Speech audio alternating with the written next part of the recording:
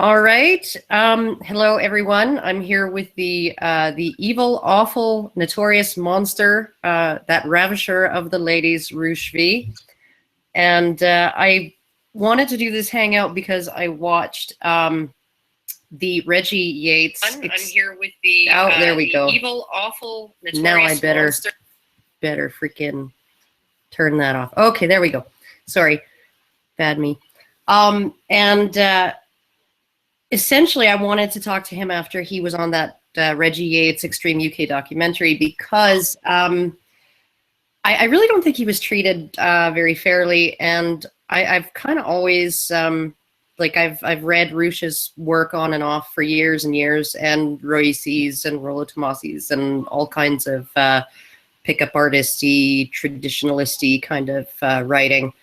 And it's always been interesting to me. And I thought this would be a good opportunity after that steaming pile of bullshit, British bullshit corporation stuff, to have him on and have a little talk with him. So welcome, Roosh.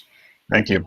And I'm just going to apologize if I'm dabbing my nose because I got a cold. So, and to be honest, I was surprised to hear from you that you wanted to do a talk because, as you know, me and the men's rights guys have not always seen eye to eye on lots of things, but I'm ready to have a nice civil chat, and hopefully we can come to terms on certain things. Well, that's, I'm not really necessarily trying to bridge some chasm between, sort of the your side of the manosphere and the men's rights side. I mean, I've always been very, very sort of I like pickup artists, right? I like the whole idea of it. I like MGTOW. I like the whole idea of that. I'm just very interested in all of these different ways that men are dealing with what's going on. And so I've never really had, I've even talked to some seriously hardcore traditionalists. I don't know if you might remember, there was one kicking around for a year or so, maybe 3-4 years ago, named Jeremiah. And he was just absolutely hardcore, I will marry my daughter off when she's 18 to a man of my choosing, blah, blah, blah, right? And I could even talk with him, right? I just don't, the acrimony is something that I think it's sort of counterproductive, but I don't know really what can be done about it because I don't seem to have that kind of thing about me. I'm just sort of, I'll talk to anybody. So. Right now, I'm looking at the fact that we're up against an establishment that really hates us, and they're doing everything they can in the media, through the government, to really keep our voices down. So I'm looking around beside me to the left and right and seeing who shares some things in common with me. While I don't have to agree with you 100% on everything that you say, is there something in common that we have that we can actually at least work together to not attack each other when our common ground is attacked by the establishment? So I think that, okay, I don't agree with what Roosh does. I don't agree with traveling to countries where women are really beautiful and thin and making love to them all night long. I don't agree with him, but I agree with him on that. So can we use what we agree on and move forward from there? Because the enemy is a lot larger than us. So if we don't actually make that first step into just, is there someone that I can at least come to some terms with? That would be great, because or else we're not going to move anywhere. Well, I think it's maybe sort of it might actually be this sort of splintering effect with men's groups. It might actually be fundamental to male psychology. It may be just, even if you just watch how chimpanzees form coalitions, male chimpanzees absolutely will. They have to have a specific common purpose, and once that common purpose is done, then they're back to every man for themselves, right? And I think that maybe because feminism has all kinds of little ideological schisms in its big tent, but it still manages to maintain a big tent for the most part. And I think maybe there's something about men that if there's not enough common ground, or one group is doing things in a way that they don't, another group doesn't quite approve of, that you get a little bit more of a tendency for those guys to break away and start kind of attacking each other. And so I'm not sure what we should do about it, but it's nice to actually have somebody like you on here kind of saying, maybe we should stop. So. And I think on the internet, it's very easy to find people who agree with everything that you say. I found this guy, he agrees with everything. And then you tend to form your little group. And now someone who disagrees with one part of your entire life belief system, oh, that's an enemy. Let's go after him. And I've been doing that too. I mean, I don't do it as much, but, so I think the internet has allowed us to form this really tight groups. And that's actually hurting us, because the people who are trying to marginalize us, their groups are a lot larger. They have a lot more influence and power. And if you have a small, dedicated community of maybe 100, and you want to affect some kind of social change, you're not going to really get anywhere unless you align yourself with a larger size. And I'm not saying that you should dilute your views in order to form a larger group, but at the same time, you shouldn't just throw away everyone who just doesn't agree. I mean, granted, and I should do that as well. Not a lot of guys want to walk up to a woman that they don't know and try to turn them off with a sexy type of look and game, and want to go to the gym 3 times a week to be as strong as me. So instead, we just have to find, what do we agree on, and let's go from there. Yeah, I think too, the people who are trying to sort of keep us, as down as they possibly can, they're going to lump us together anyway, right? They're going to lump us all together. It doesn't matter how much, MGTOW say, well, that's PUAs, or MRAs say, well, that's PUAs, that's not MRAs, that's, and we keep ourselves all like completely segregated. They're still going to be lumping us all together. And according to the media, I run the biggest men's rights site on the internet. So Return of Kings, for the past year, they keep saying that Return of Kings is a men's rights site. I've come out to say it's not. And look, I have criticized men's rights. I've said don't practice it, but they're still doing it. So I'm at the point where, hey, maybe I should just lead men's rights, because the media is already saying it. Yeah. But instead, that was a joke, of course, because I know people are going to get angry at that.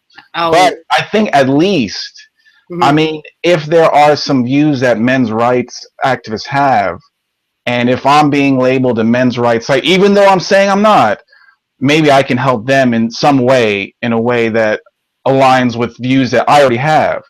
So this is why, if there's something that you want to spread out there and it doesn't conflict much with what I have going, then I would be more than happy to share that. But as I'm sure I know you've had experiences with the media as well, and these are liars. They are liars. They hate us, and they're doing everything in their power to make sure our real message, which we both are in the same team in the sense that we want to help men, maybe in different ways, but they're doing everything they can to prevent that. So, I mean, if I'm going to be conflated with men's rights, but I can kind of help them out in a way that helps men who read me out too, I don't mind that. I'm not going to say men's rights is completely wrong and we shouldn't affiliate with them. Yeah. But, I think I'm becoming more open to that than I used to be. I think we all kind of do. You sort of get a little bit more of a big picture thing going in your head, and you realize that you're not going to get anything accomplished if you require everybody to do it your way. But there were some specific things that I wanted to ask you about that documentary, because I'm guessing that Reggie was really, really nice. Like, he was really friendly and sweet and just charming and the whole bit. And initially with you, he was just, they always are very friendly. So I'm wondering how much of a hit piece you were expecting. I know you would have been expecting a hit piece, but like, did this live up to your worst expectations or down to your worst expectations, or was it not too bad, really? Yeah, because while Reggie was a smooth guy and he has a voice that's really nice on TV, we pegged him as a, like a social justice feminist from the start because he was kept asking things on how could you believe this, but rape is this and rape is that. So we knew it. We knew what we were dealing with, and he was hired by the BBC, and the BBC is one of the most social justice media organizations on the planet. Yeah. So we basically, what I did was put him on my home turf. So I brought him into my own house, my own lecture, where he couldn't really pull a lot of tricks. The only tricks I knew they could pull was in the editing room. Yeah. But what was great is that we had them in a room of about 70 guys, and those guys hated him and hated his crew. And I think that was the first time that they were like, wow, why don't people love us? We're on TV every day. And I also got to ask him in front of everyone if he was gay or not. And I don't think that's usually done. But I mean, listen, I'm not saying in this case being gay is wrong, but I just don't think that he came with honest intentions to really identify what are the problems that men are facing. And in the rest of the documentary, which you've talked about, I mean, he was just really going for out of context things, trying to paint us as in a way that would fulfill the existing storyline on how we're evil and the men's rights guys are wrong and so on. But really, it was what I did expect. Now I've been burned by the media enough times that it's going to thankfully get harder to surprise me on things like this. Yeah, I mean, like I've been burned by the media too. In fact, there was one, I forget what magazine it was for. It was for Mother Jones or Marie Claire. I think it was Mother Jones.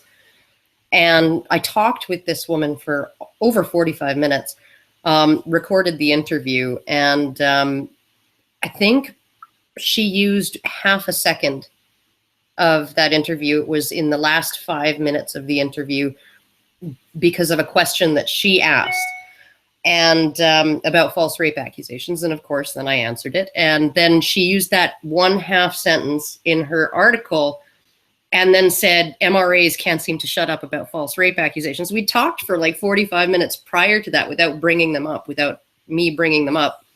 But it's just like, they're obsessed with false rape accusations. Look at this half sentence quote from this woman, right?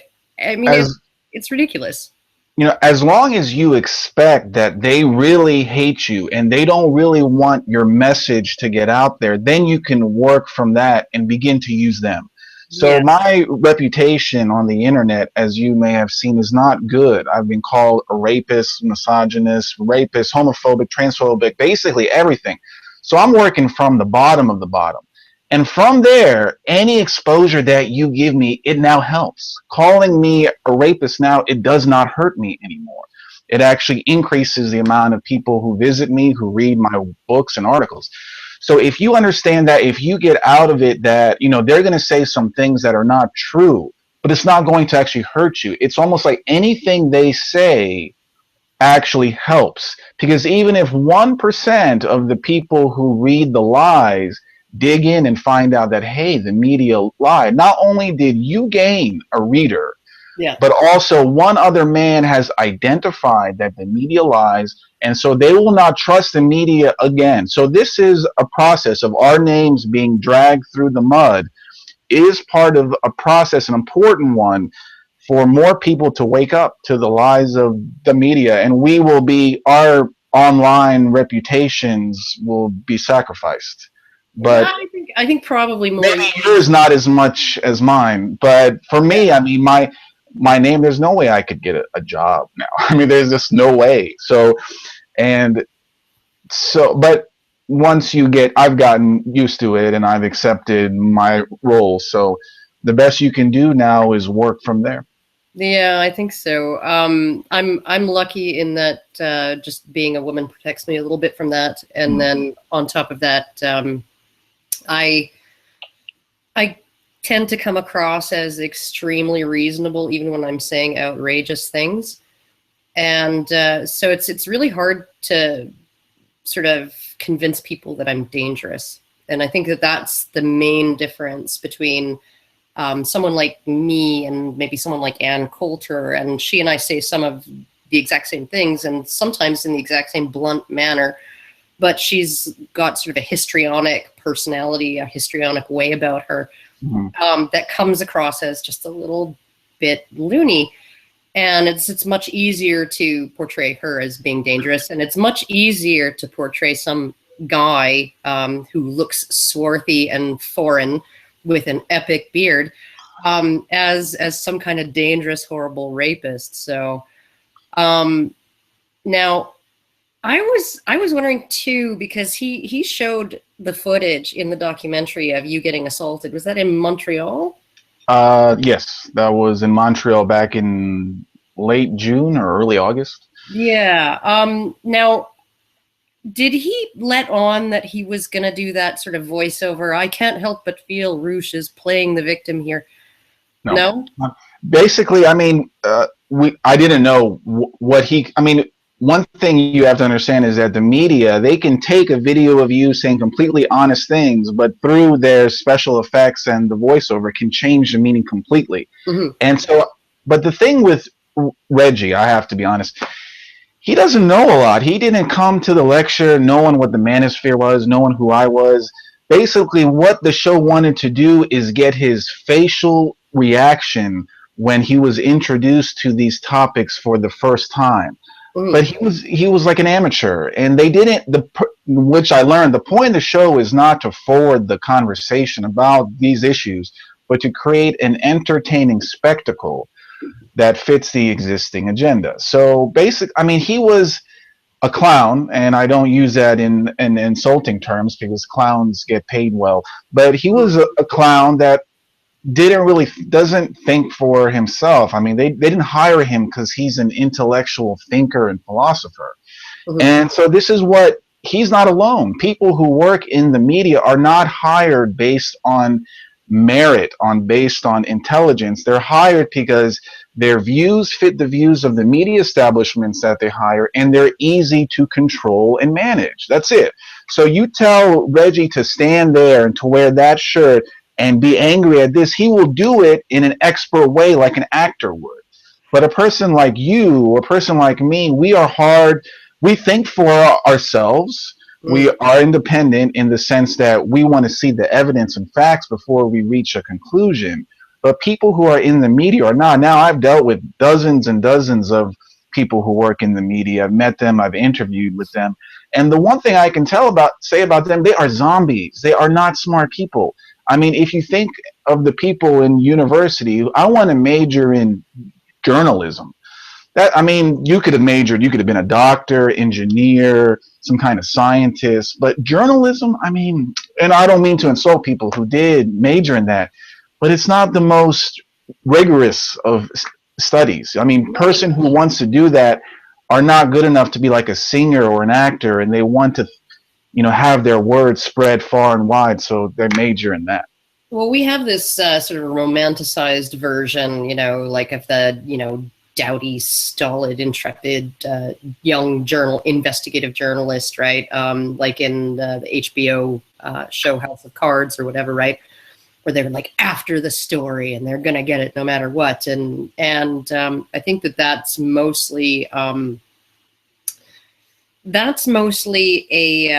myth now. I think that probably was true at one point, that journalists were actually quite serious about their work, but since the internet, the standards have just gone way, way down. And it's not just because it's a matter of, you have to write the story within 15 minutes of the first person who tweeted about the controversy or whatever, right? And who cares if it's right? Who cares if it's correct, right? You just got to be the first one to do it. It's not even just that. It's because the pay is so low now, because you have all of these media outlets. The internet is competing with them. They're going broke. It's a completely new model that they have to do as far as making money. And they are losing money like crazy, a lot of them. In fact, a lot of media outlets take money to not do a story when it's offered. So essentially what you have is it's only kids from these sort of Alex Lifshitzes of the world, right? Who have, you know, his dad's a multimillionaire and he can afford to live off of dad while he pursues his journalism career. So you get a certain type of person in that they are the sort of the ideologically inclined, very progressive people who want to go into that to begin with a lot, and because they want to spread their message. And then on top of that, it's the sort of the rich elitist leftist young kids, the ones who were pushing for trigger warnings in school, you know, before they graduated 2 years ago, who are going into it too, right? Because they're the ones with the money, disposable income, to be able to actually have a career that pays next to nothing. So what we do have, which you got into, is that now the media is not run by merit. It's run by ideology. So people are hired not because they are the best, but because they are the most useful.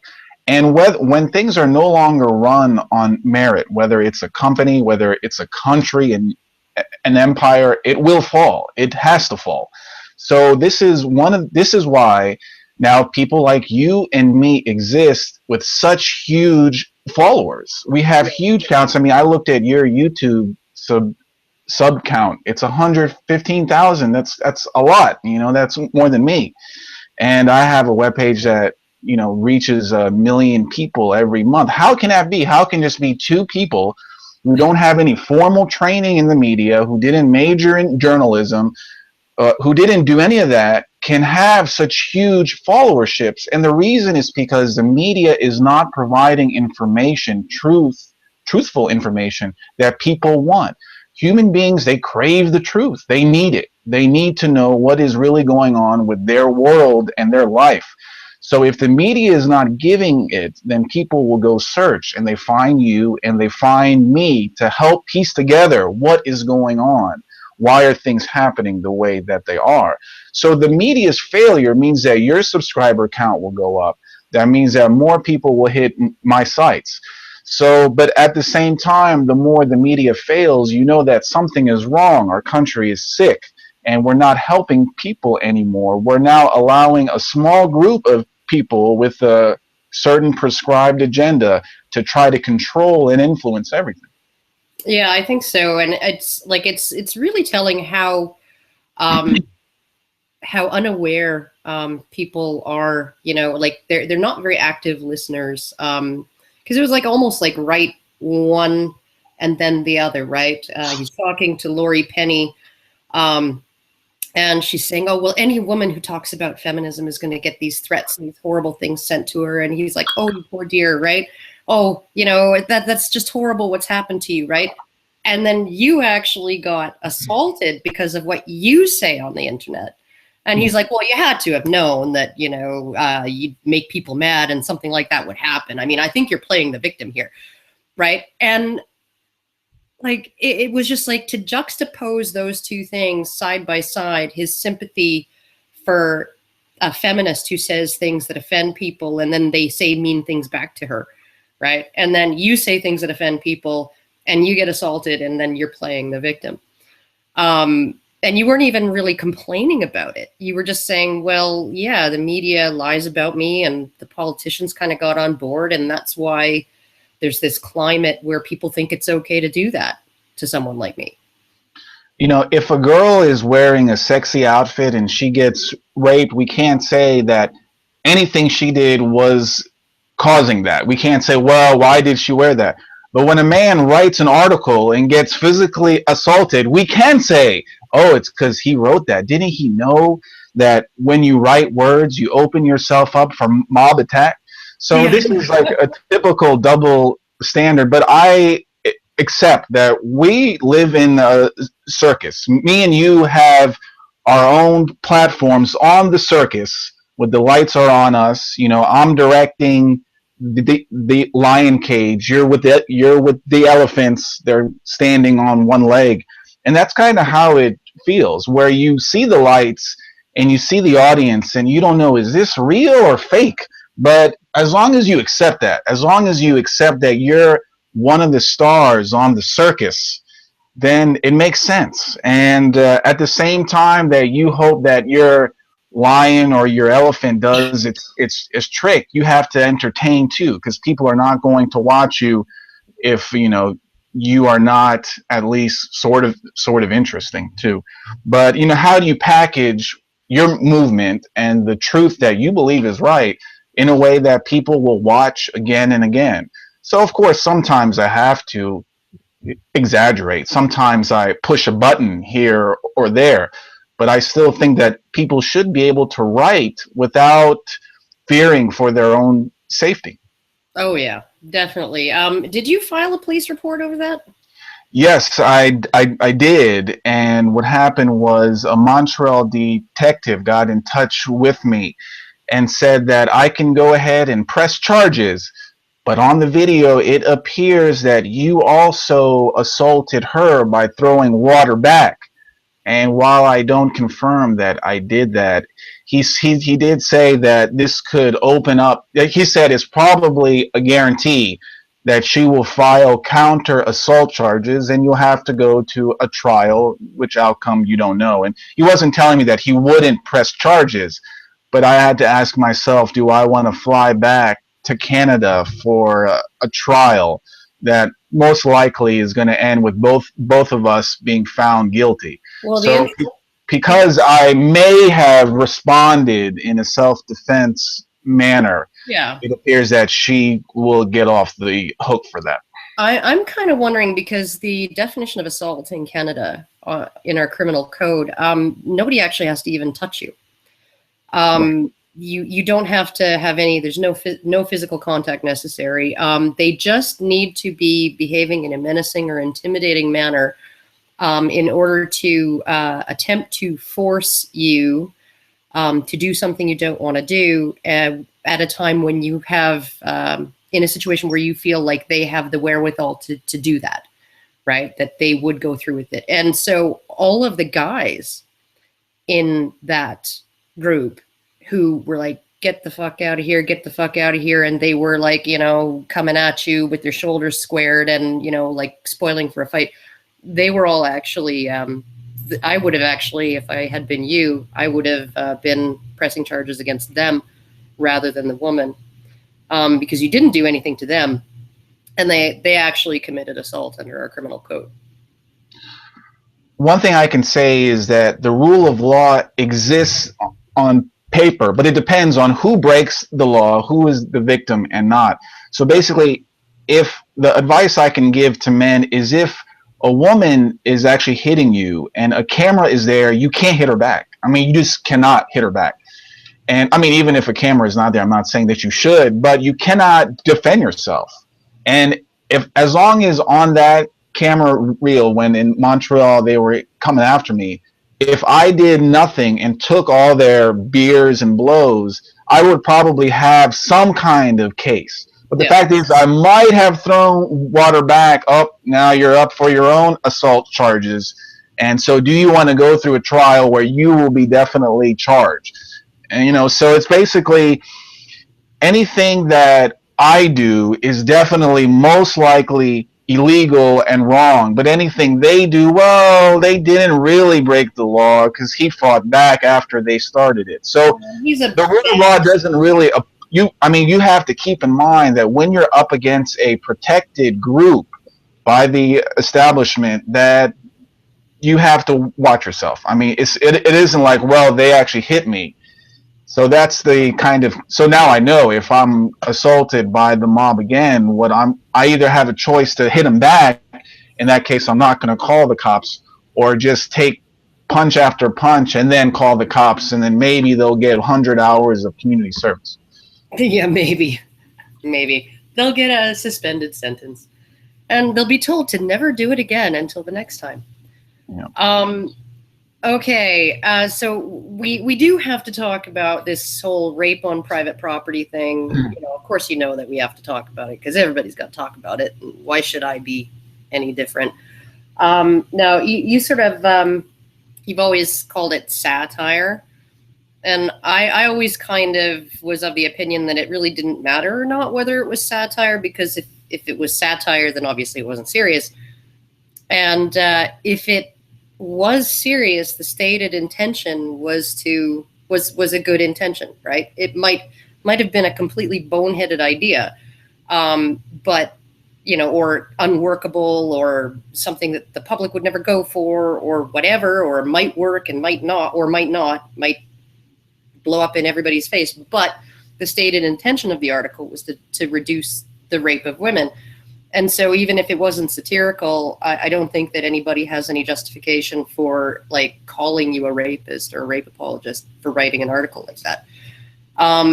But you said in the documentary that it was a sort of a satirical thought experiment to make a point about personal responsibility. And I think that's actually something, I'm actually really glad that you wrote that article, because although I probably would have been happier if I'd written it, because it really does sort of make you think about, would women change their behavior if they did not feel protected by the law, right?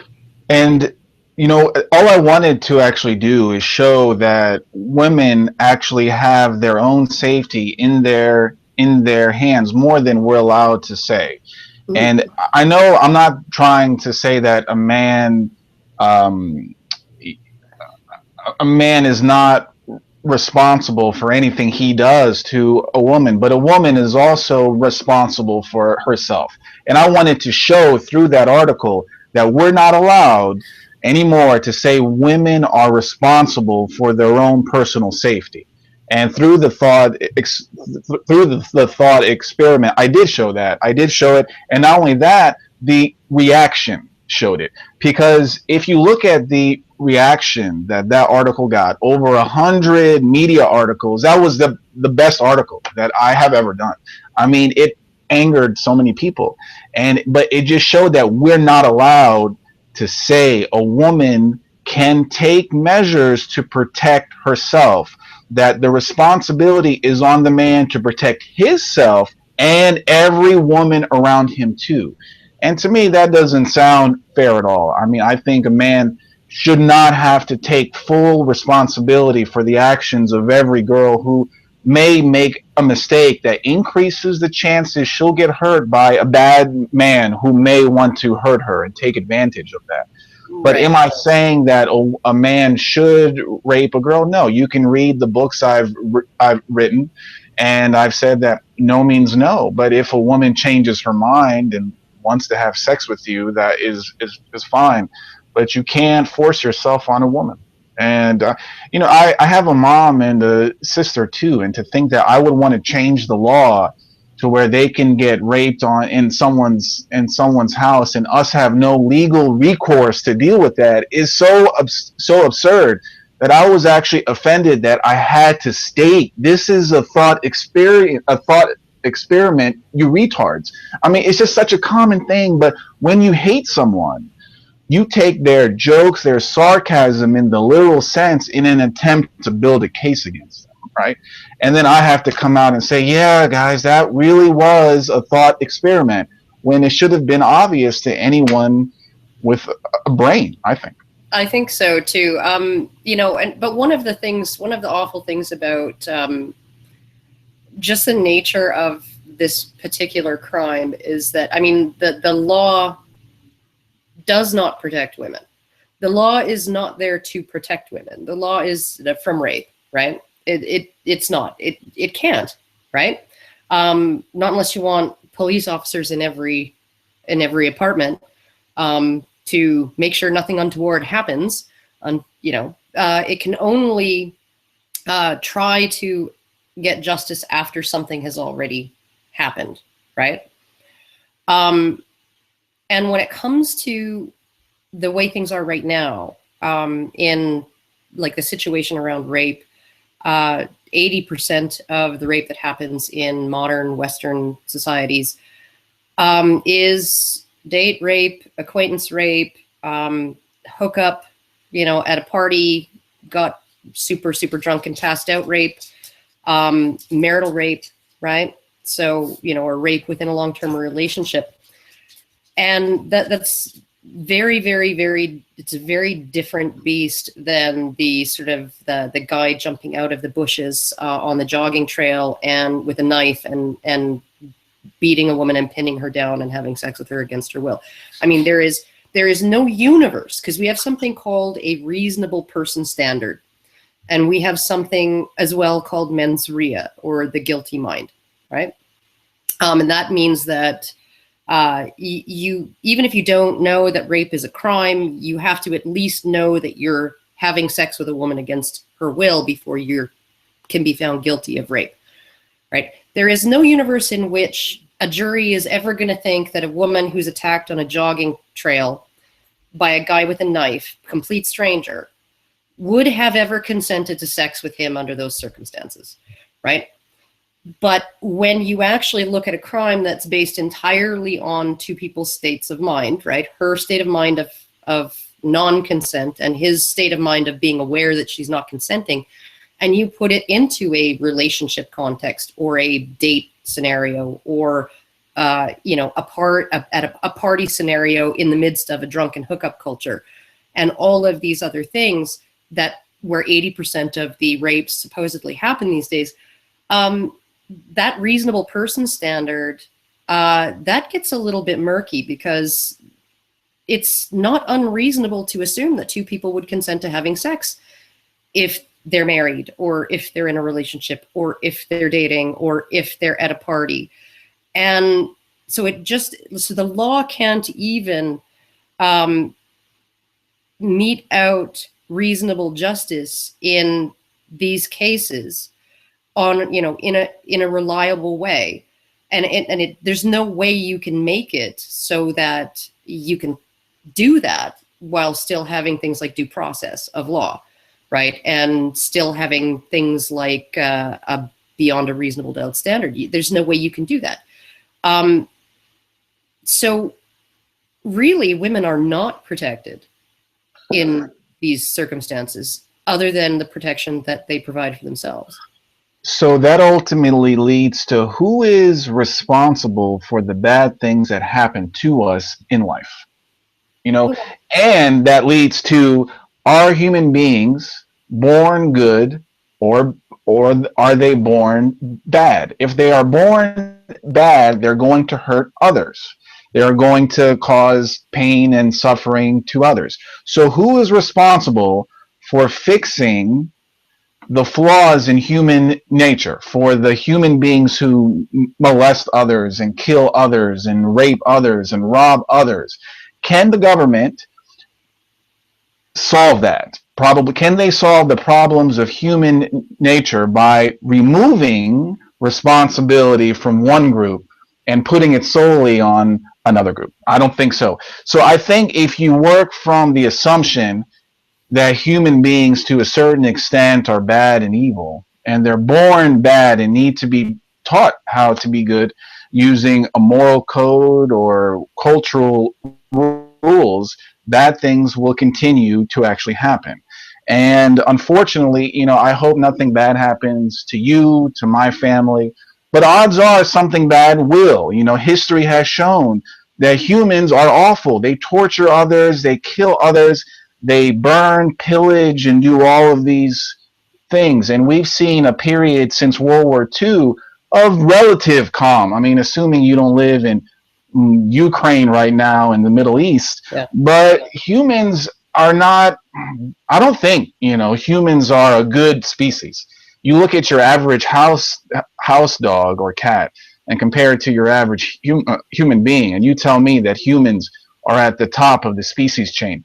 So unfortunately, I'm not saying we have to accept it, but we have to accept that humans are bad, and you need to take responsibility to defend yourself against others who want to hurt you. And unfortunately for women now, they will not be able to stay completely safe through the actions of their government and the media and the police, because as you said, the system is after the fact, and the universities can paint every man as a rapist and as evil, but bad things will still happen. Men who want to rape will still rape even when they see a poster on the university saying that you shouldn't rape someone. I mean, that is so dumb.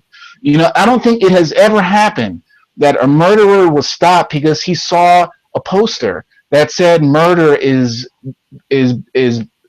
wrong and bad.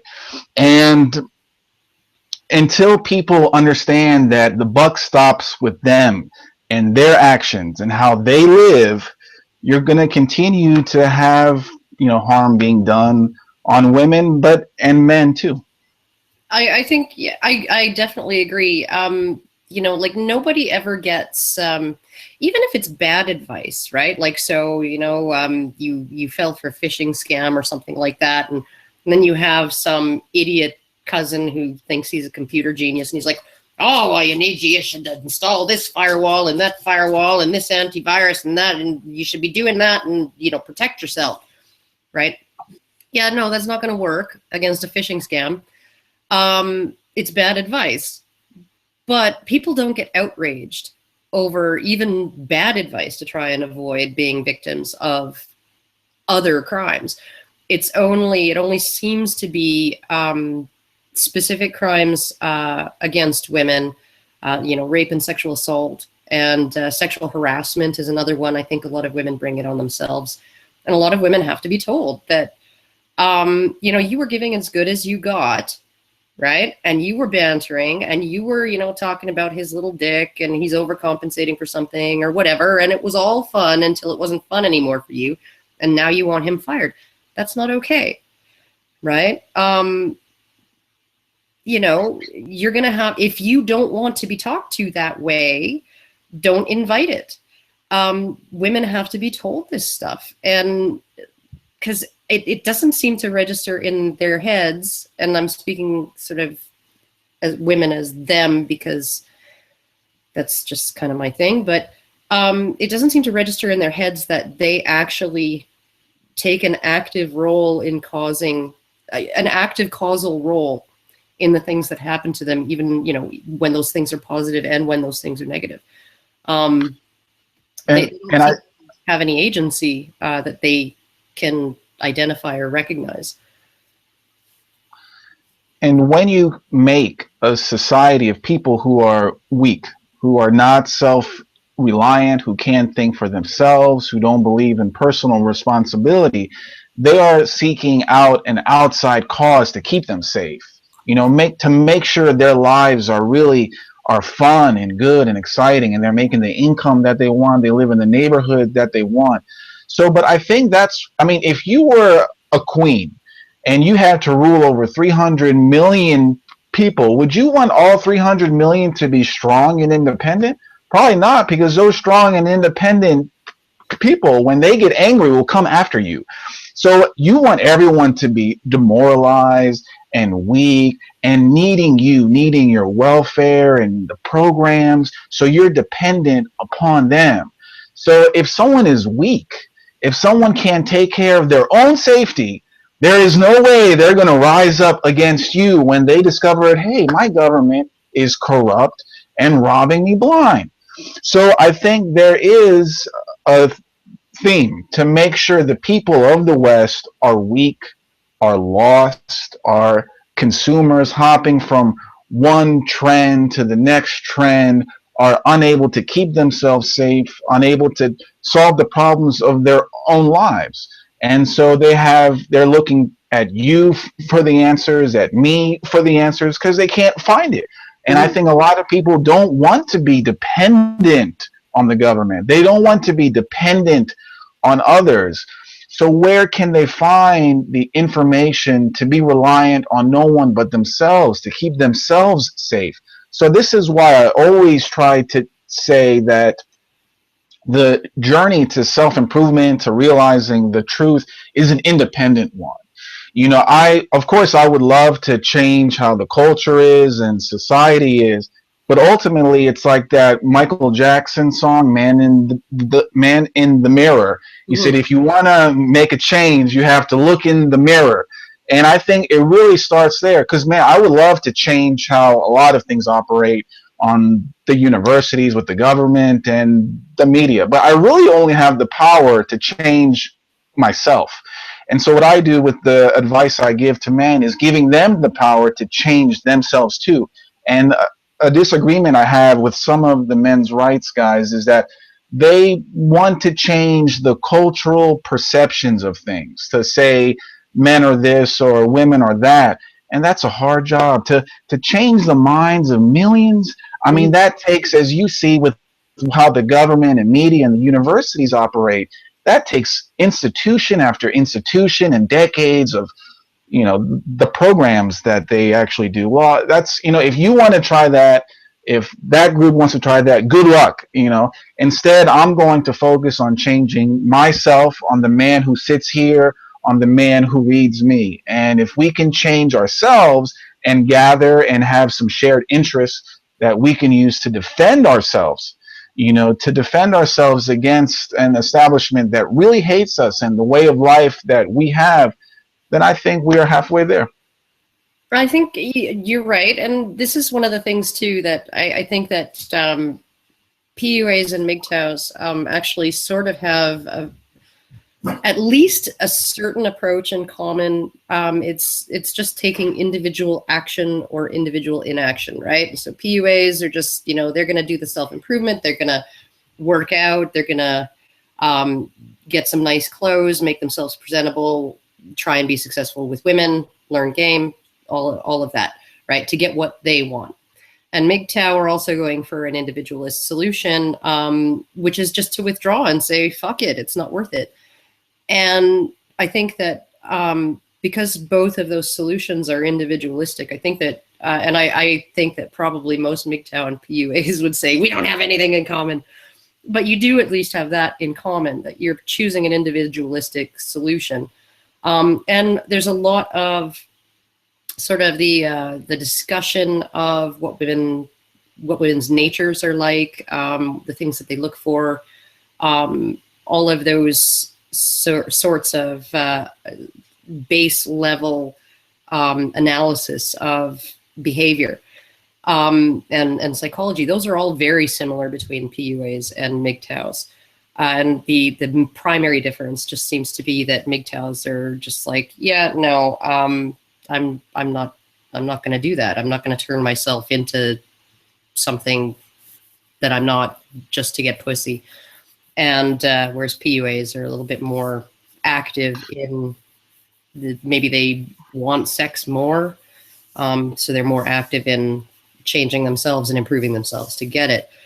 One thing I did want to say, just as far as your comments on, if you were the queen of 300 million people, there is I don't know if you've ever heard of this society, the Mosuo in China. They are supposedly a matriarchal society. They're not really a matriarchal. Oh, yeah. I have heard of them. They aren't actually matriarchal. The gender roles are all exactly the same as they are here. It's just that and external politics, so inter-village politics, and all of this, the higher levels of politics are still dominated by men. But in the village, which is like one big, huge extended family, essentially, it's the matriarch who is in charge, and she decides who does what work and how much they get paid and all of this. And one of the things that they have is they have some tradition called the walking or visiting marriage, which is essentially it's not a marriage. It's just the women, the young women, everybody all lives in this big, huge house. They all sleep in a common room, and the sexually the of age fertile young women, they each have their own individual little room, and their man that they're interested in, he comes after dark and he is gone by sunrise. And when she gets pregnant, the child is raised by her and her family, and he can maybe show a little bit of interest, but it's not expected and not really wanted. So that's what we actually have now. I know. And here's the thing. Here's the hilarious thing. There was an anthropologist who did a lot of research on the Mosuo. She suggested, because their society was historically feudal, and the elites back then, they practiced actual marriage with husbands and wives living together, and their children had, they used patrilineal and matrilineal lines of descent. So sons inherited the father's status and daughters inherited the mother's status and all of that. But they did live together in a nuclear family.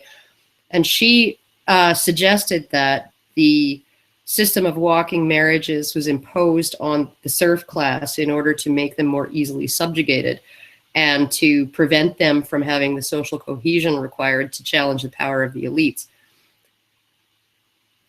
So it sounds like a microcosm of what we have now, but it's important to state that that group lives in huts, right? Shacks where no building is taller than 15 feet.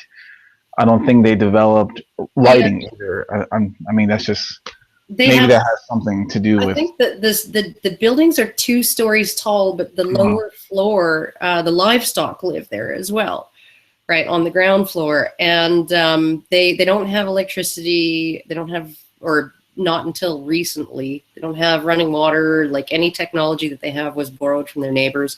And probably the only reason why they still exist is because they really didn't have anything worth stealing. Like, their land's crappy, and you know, they live sort of hand to mouth, and there's just really no reason for anybody to invade and take them over. And now they're just a curiosity. Like, they're good for tourism. So, and it pretty much sounds like what we have here in the U.S. in the sense that a woman kind of runs things and that she can do whatever she wants. I mean, name one thing that the media will attack a woman for. Is it for sexually abusing kids, killing her own kids even? Is it for raping someone? I don't know. I mean, usually the media gives them a pass for everything except for women like you who attack what the media's establishment against men, you know. So, I mean, there's really nothing they can do wrong. I can't remember a non-manosphere men's rights woman being attacked in the media, ganged up on. I just haven't seen it, but it happens to men constantly. I mean, if you've seen it, you know, there was a one case where a woman killed her 4 kids. Andrea Yates. This happened a long time ago. 5 kids, I think. 5, was it 5? And then the women's group, the national organization of women, saying she shouldn't be attacked because she had a mental illness and we need more funding for women postpartum and things like that.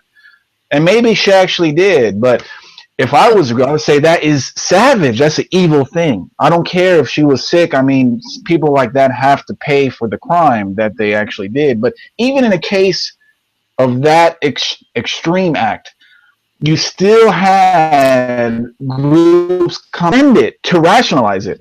So I remember actually when Catherine Q. Becker severed her husband's penis and put it down the garbage disposal. There was, within like a day or two, there was a sort of a fundraiser page, raise money for this poor woman who's now going to be prosecuted. You know, she was probably abused and you know, she probably had good reason to do it, you know.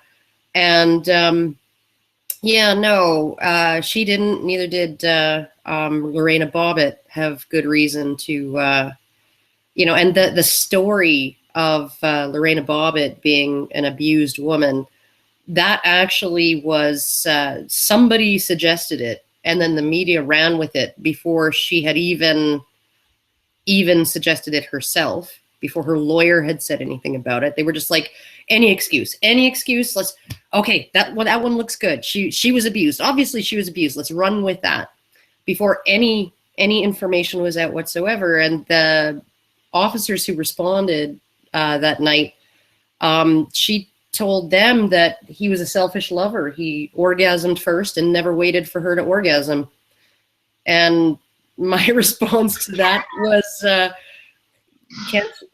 can't you like bring yourself off? Like, what, everything's his job now? Like, I mean, it's like Jim Jeffries says, you know, women think that you're getting us off, but it's our filthy thoughts that are getting us off when we fuck you, right? And I think that there's a lot to that. Like the man is responsible for his orgasm and her orgasm, and everybody. If anybody who doesn't orgasm, it's the man's fault, right?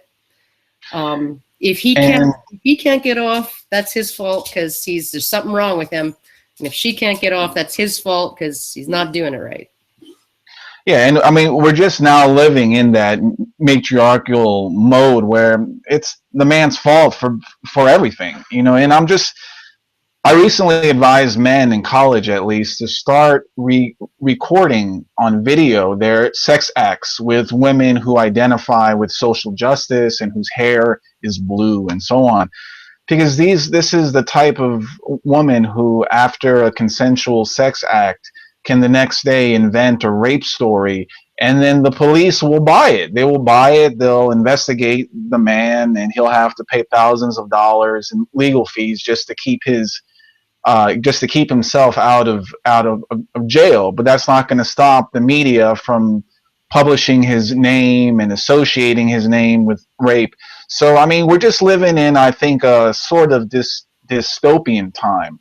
And my job is to keep men safe until it ends.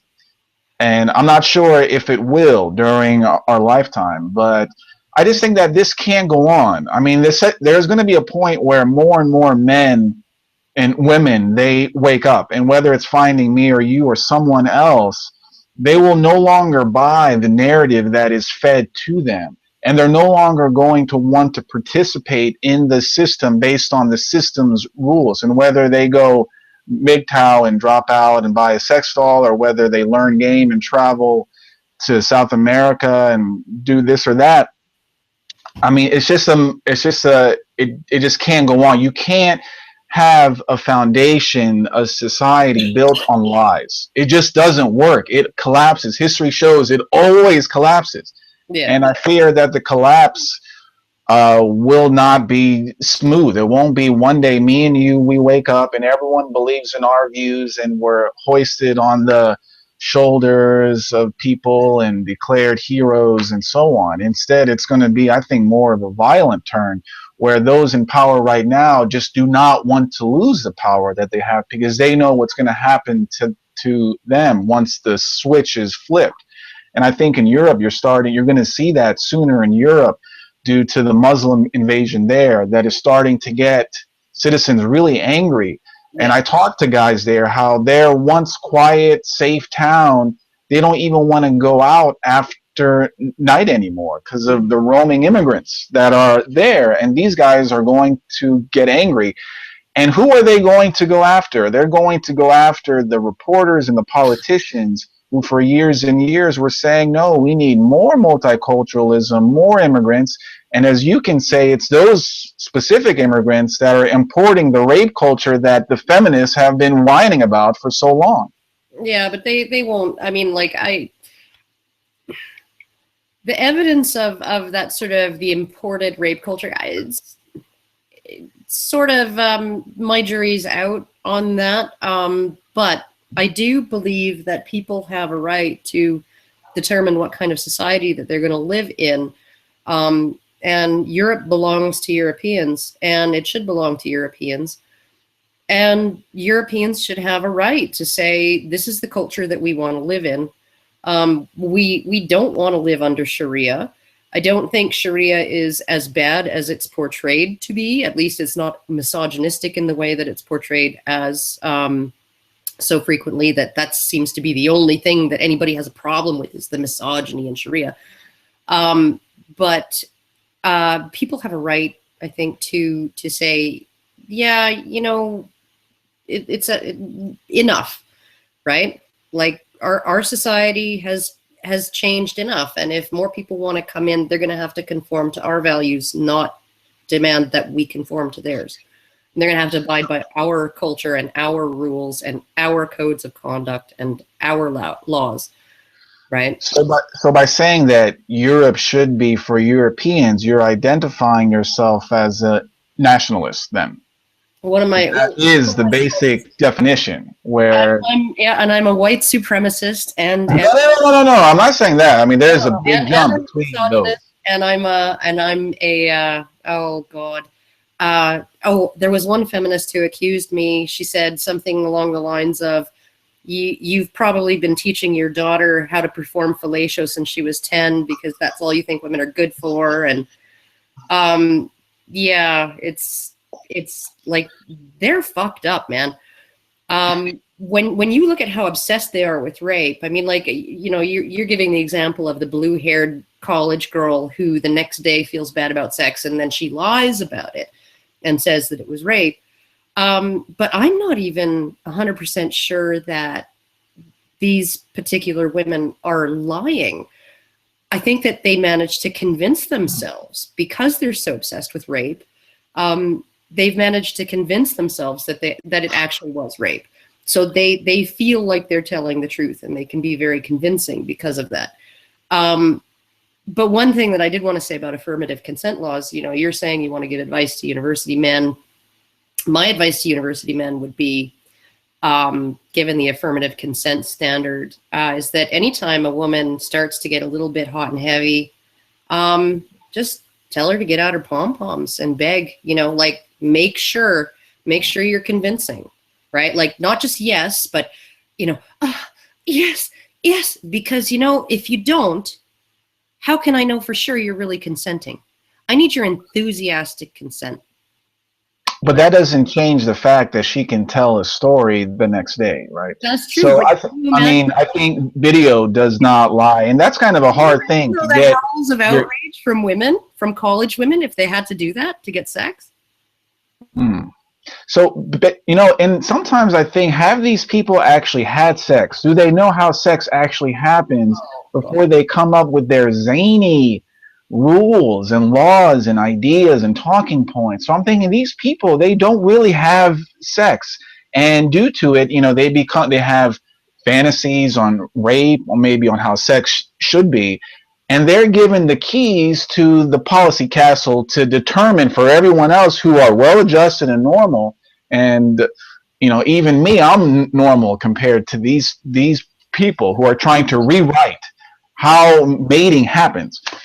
And, you know, I'm just waiting for what they do next. But beyond affirmative consent, my guess is they're going to try to spread that.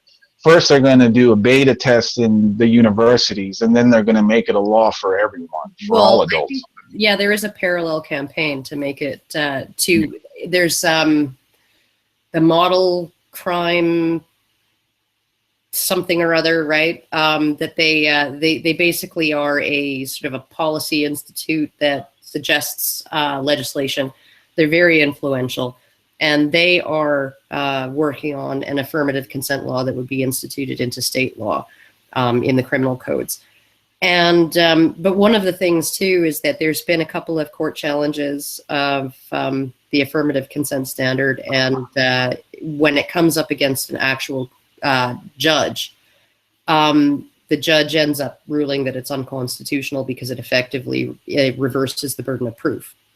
If you have to prove that she consented, then you're having to prove your innocence, right? It's her responsibility and the prosecutor's responsibility to prove that she was not consenting.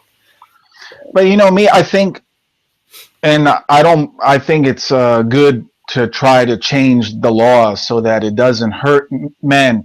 But I think you have to see, where does the law come from? It comes from a certain group of people who are in power. And until you really change that, I think it's kind of, you have to just constantly react. So they have the power, they control the direction of where the culture is going, and then you're constantly having to pick a battle here and there.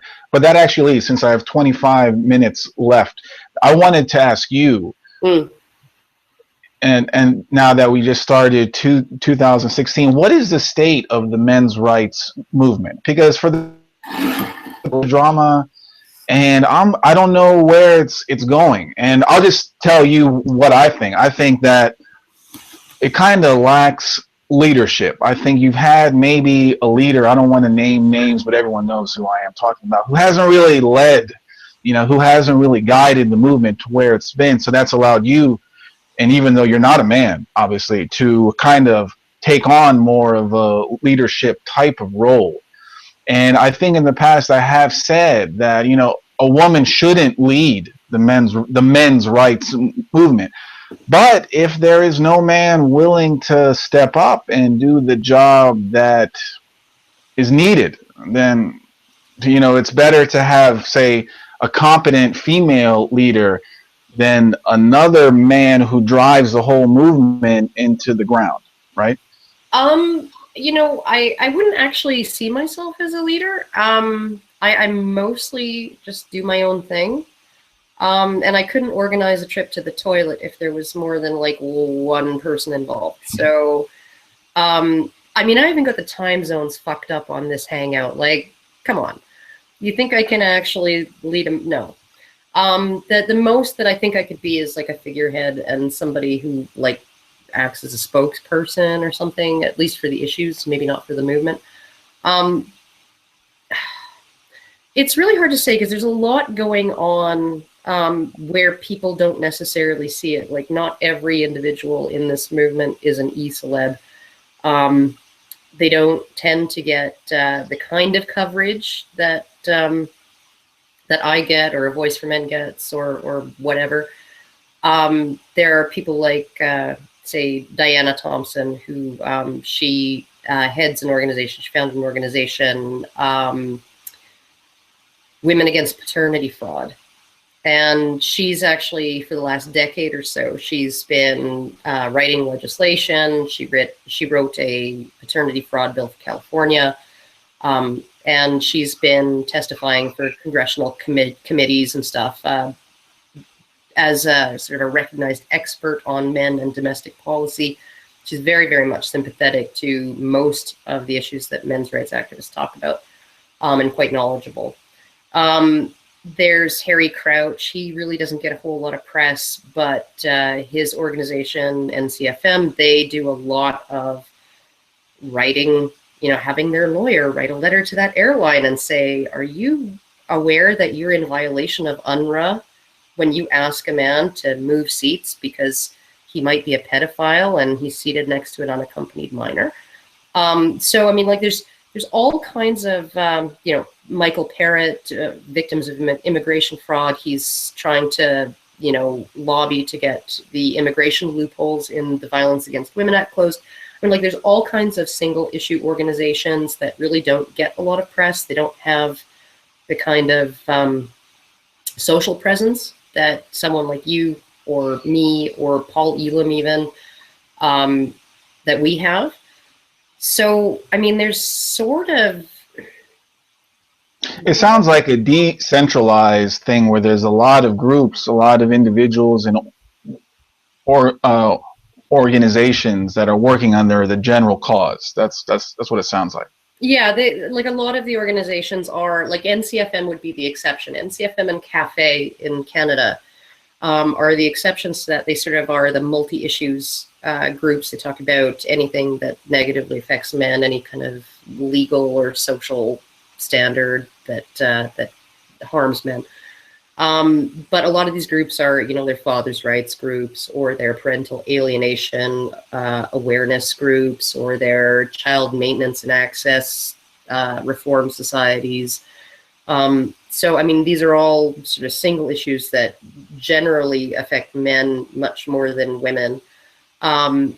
And there's a lot of networking that goes on sort of behind the scenes. Like when Men's Rights Edmonton has a meeting, there's generally 4 or 5 people there from one of these other groups, right? So essentially, you know, it really does need, we need a Jesus.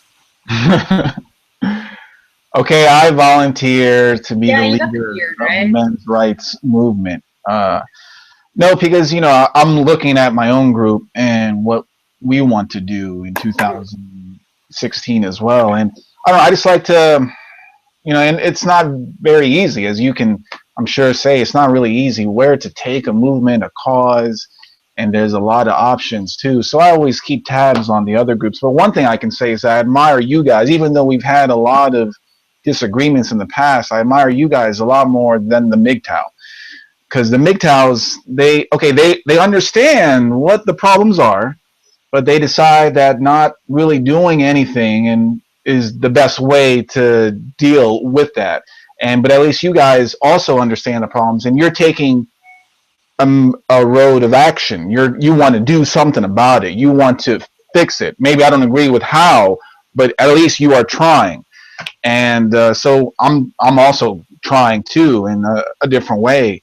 But it's just hard for me to watch everything, watch Rome burn down. It's just really hard. I know maybe I should go into a country and stay there and sleep with as many beautiful women as I can. But when you see the culture that is entrenched here come to the countries that you want to go to, then you start to think, man, I guess within my lifetime, the nightmare that I left will chase me to wherever I go to. So then you start to feel, okay, I have to draw a line in the sand and stop it. But then you realize what you're up against. It's up against. It's like a David versus Goliath story. But at the same time, we have to look at ourselves in the mirror every day and feel, am I doing what's best for me and the people who confide in me, who believe in me? You know, can I go to sleep at night knowing that I'm doing all I can that fits with my own nature, with my strengths and my weaknesses? So I think that's what drives me.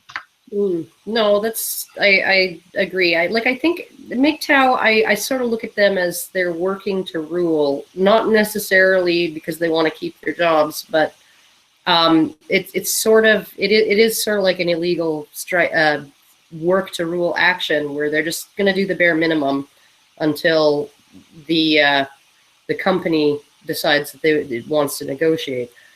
But I did want to actually get, before you go, now, like you created Return of Kings.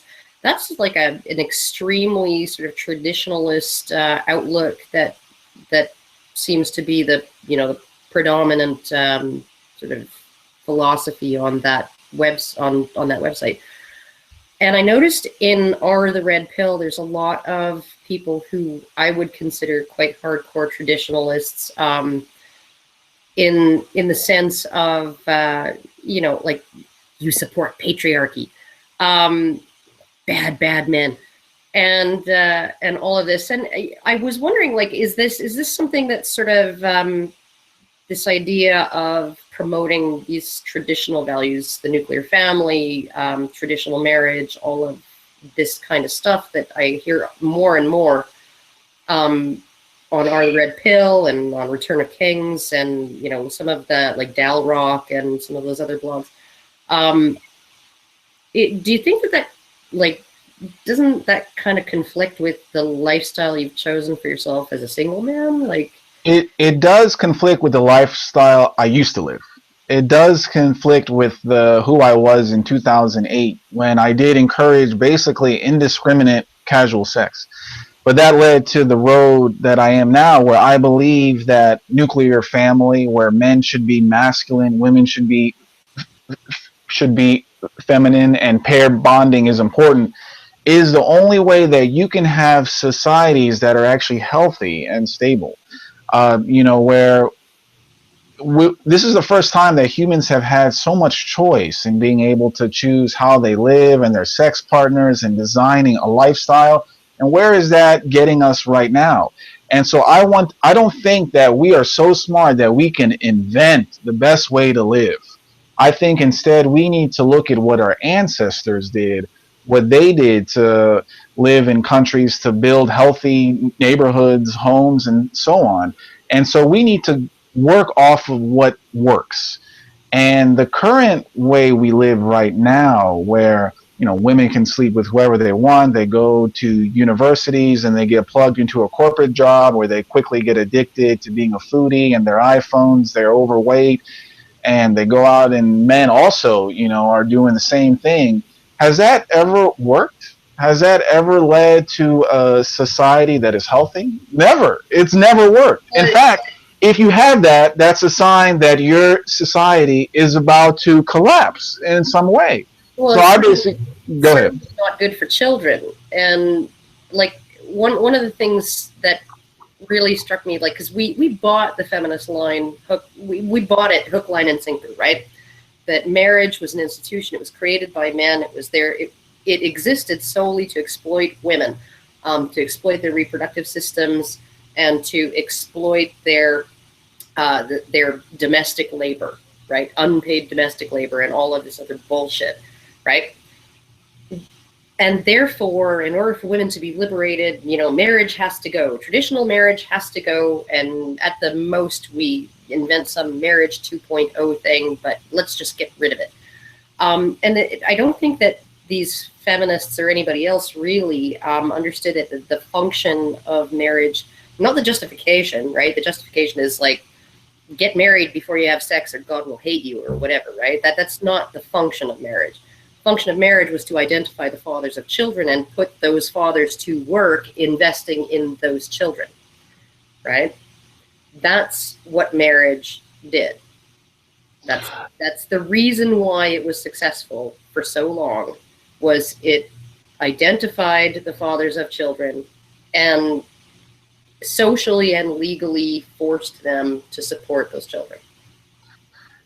And if you look at the only type of marriage that really works is in countries where the men, they work, they provide for a mother who mostly stays at home and takes care of the kids at home. Look at all the countries of North America, Europe, Russia. Divorce rate is what? 40% minimum. I mean, that kind of tells you that something is wrong with giving people choice in their sexual partners and the ability to leave a spouse. And I can tell you, oh, I'm going to Ukraine because the women are thin, but the divorce rate there is 50%. So really, I'm not going to escape a modern problem of, family is when you give people a choice on who to marry based out of love and passion, and you give them a choice to end that when your feelings for that person fades, which it will, then we have these broken families and so on. And I say in Europe, oh, the migrant crisis is bad, it's going to destroy what Europe is. But Europe, the people already destroyed themselves. I mean, you look at the birth rates in Europe are really low. Germany has the worst in the world.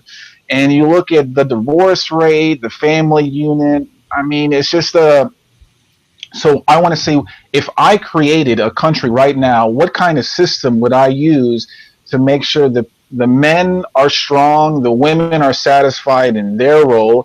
But the problem is that would involve removing some of the choices that we make right now in how to live.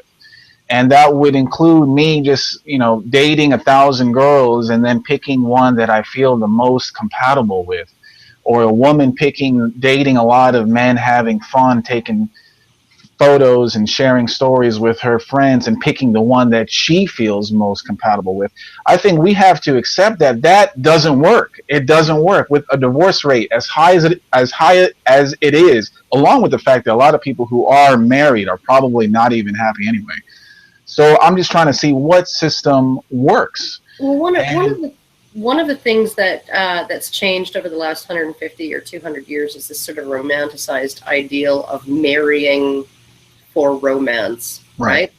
And the problem that happens with that, because I mean, like, it can be extremely intense at the start of a relationship. I mean, absolutely 100%. Like, I've been with my guy for like over 5 years now, and there's no way that I'm that my heart just like goes, bump, bump, bump, bump, bump when he walks in the door anymore. I mean, he comes home from work, I'm like, fuck, dinner, okay, right?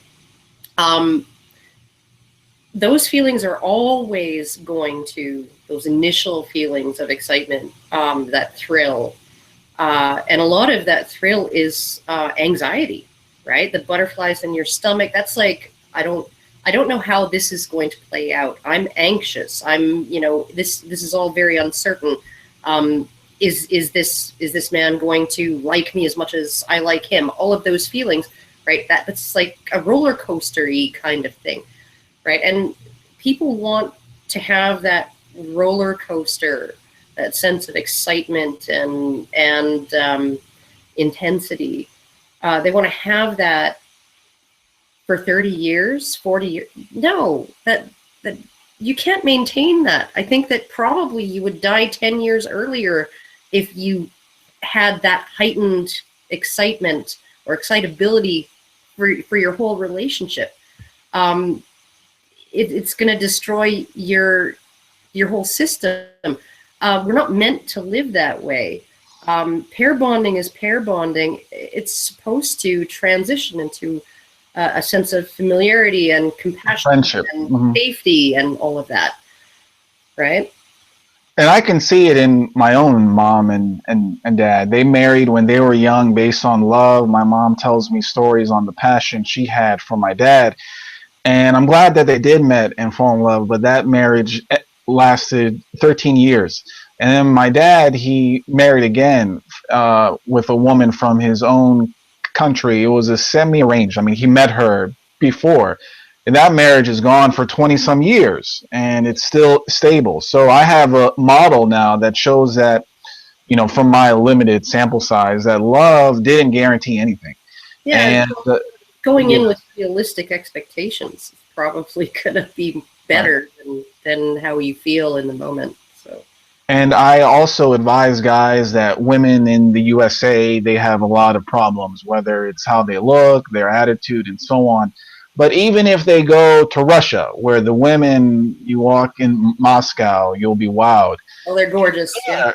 The divorce rate there is very, very high. It's the same as it is here. So while you're marrying a beautiful woman who looks great and cooks, that's no guarantee that your marriage will be longer than one you do in the USA.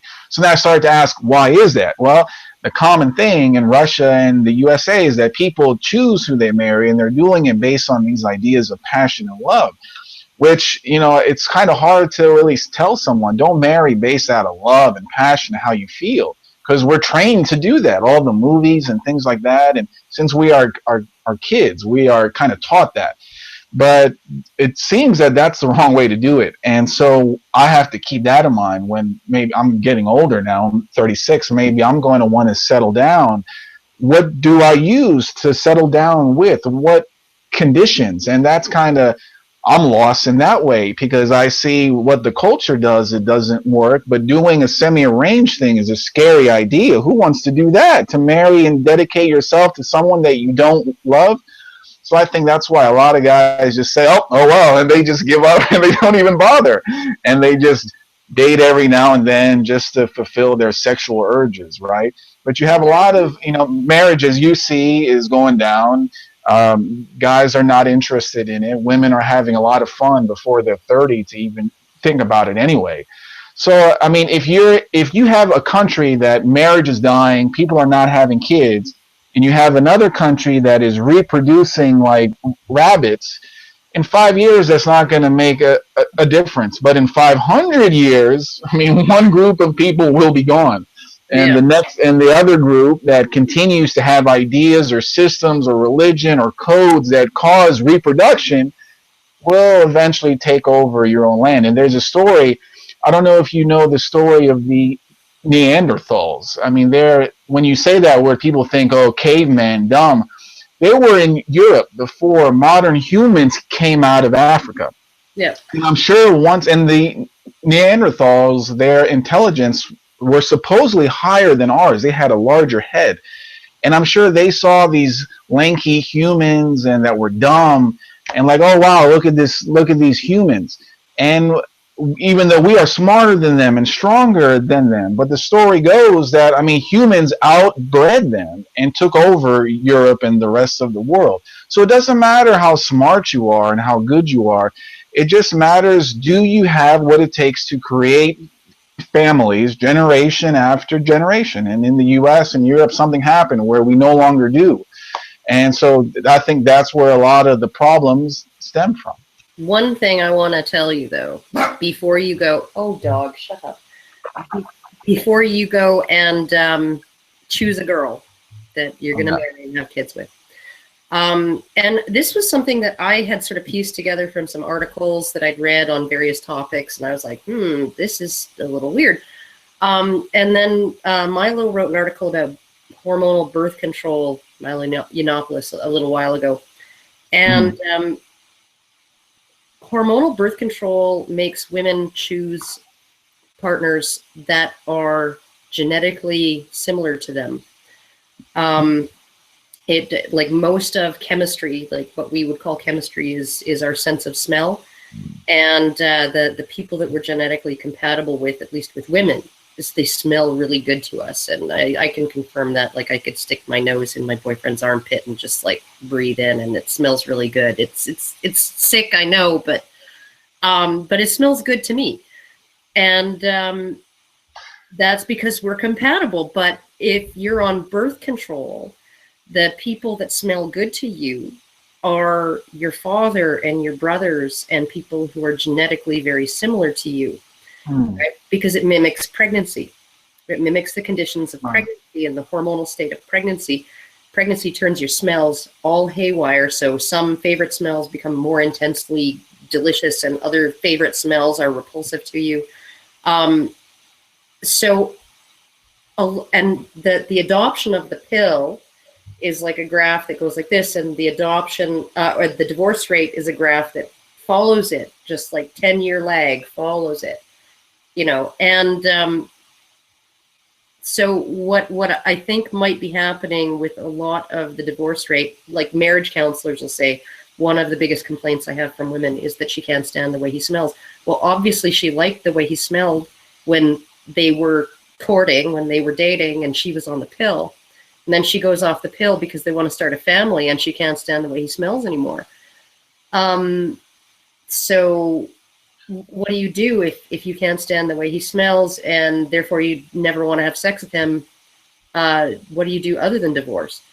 So when you date, when you're picking that girl, I'll put her nose right in my armpit and see what she does. Make sure she's not on the pill, because if she's on the pill, you could be genetically identical to her dad, and she'd smell your armpit and go, that smells nice, right?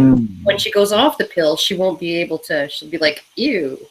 But can I still put her nose right in my armpit? Is that? Oh, I think that's mandatory, actually. Like, hold her head there and like wait until she like taps out.